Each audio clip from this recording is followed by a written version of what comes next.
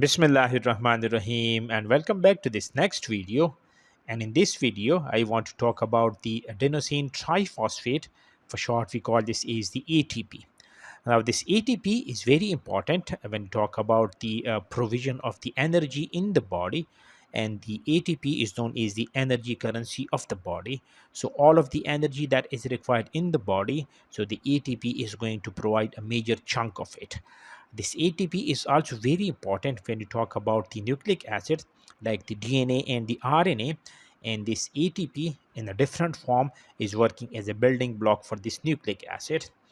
This ATP is also very important when you talk about the cell signaling, and I'll give you some of the examples where the ATP serve as a precursor in some cases, and where it in some cases it provide energy for the cellular signaling pathways.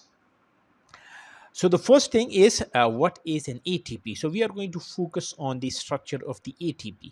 So there are three main, you can say, subparts of the ATP. The first one, that is the adenine, which is of course a nitrogenous base.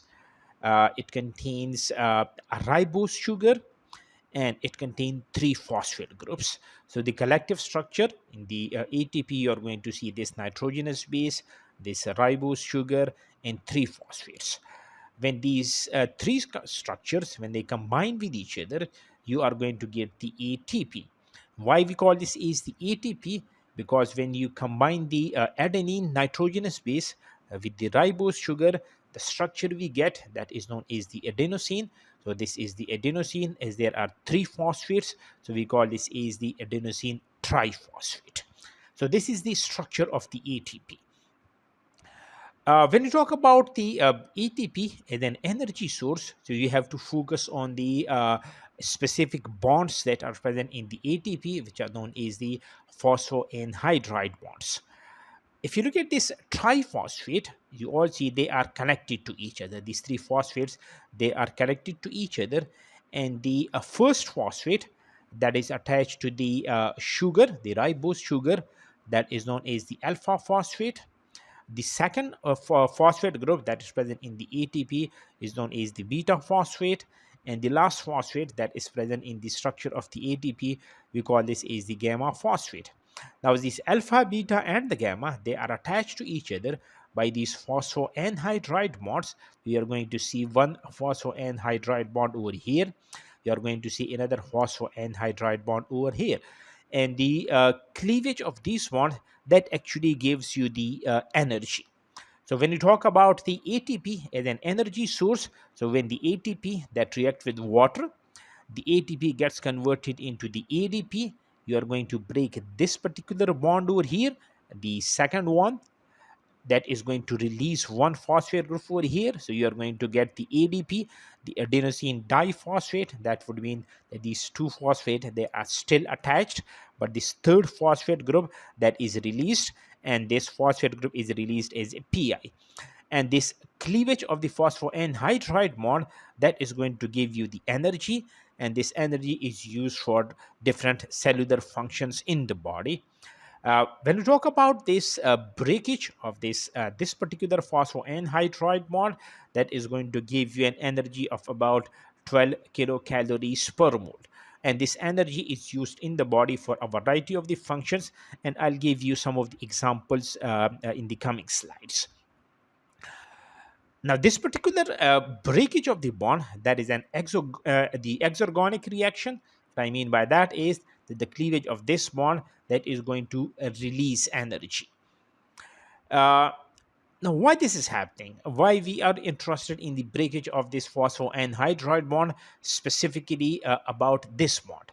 So there are electrostatic repulsions present in these phosphate groups. As you all know that these phosphates, they are highly negatively charged molecules, and these phosphate group, as they are negatively charged, they are going to repel each other. So if there are three phosphate group over here, the negative charge is so intense that that is going to give you an unstable molecule, because a lot of repulsion that is there.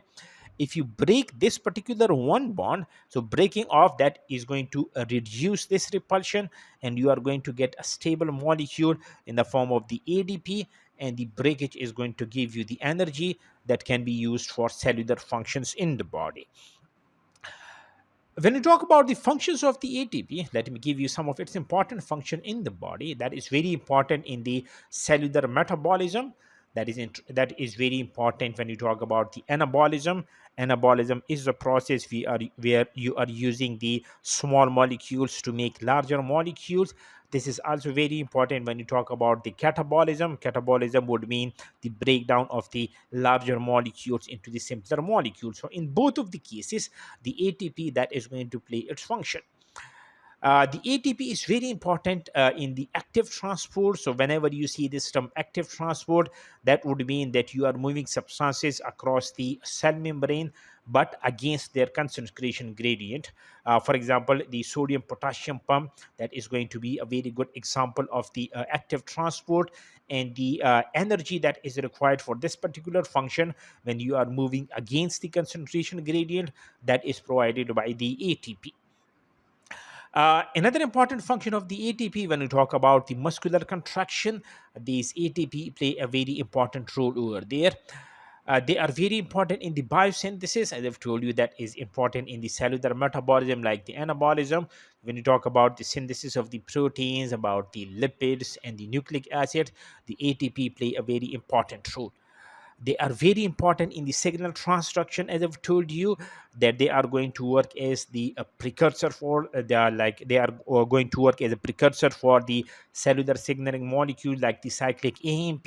So the cyclic AMP is a very important molecule when you talk about the fight or the flight response, and the cyclic AMP, that is made from the ATP. So the ATP is actually working as a precursor for the cyclic AMP.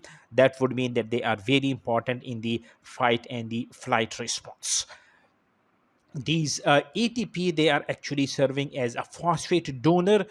Whenever you talk about these specific enzymes which are known as the kinases, so what the kinases do, they are going to add a phosphate group to their substrate protein, and the source of that particular phosphate, that is coming from the ATP. So the ATP is actually working as a phosphate donor for these kinases that also provide the energy that is needed for the phosphorylation reaction. So on one hand, it is going to provide you with the source of the phosphate, and on another hand, it is also going to give you the energy which is required for the addition of that particular phosphate to that particular substrate proteins.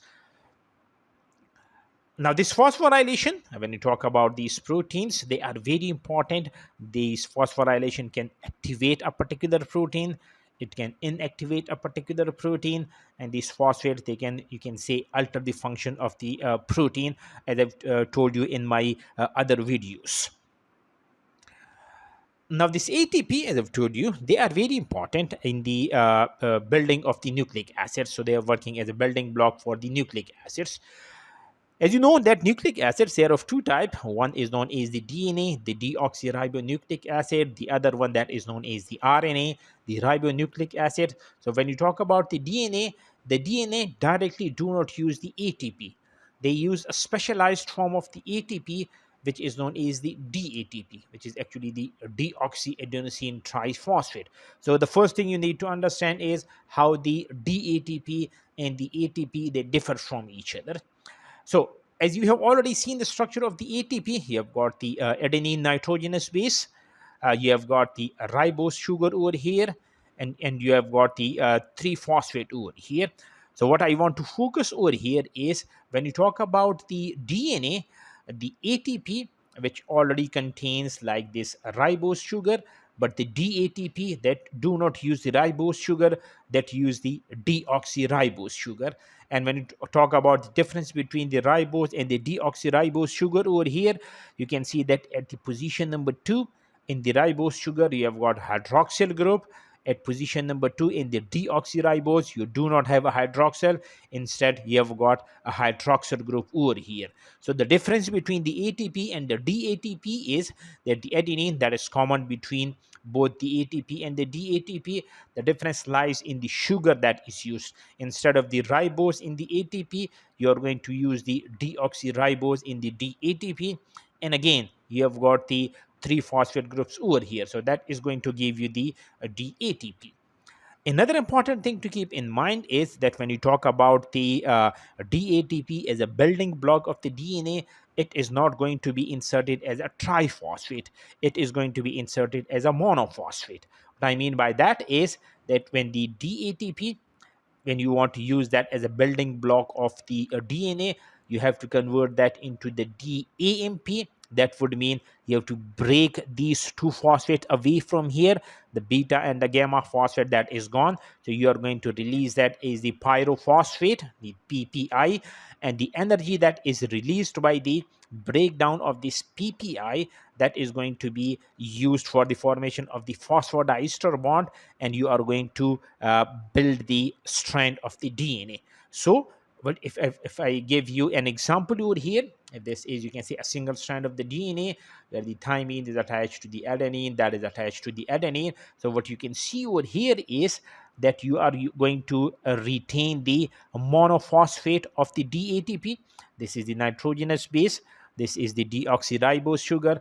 And as you can see over here, you are only having a single phosphate over here. So in the DNA, you are going to maintain the DAMP form of the ATP, and that is going to work as a building block in the DNA.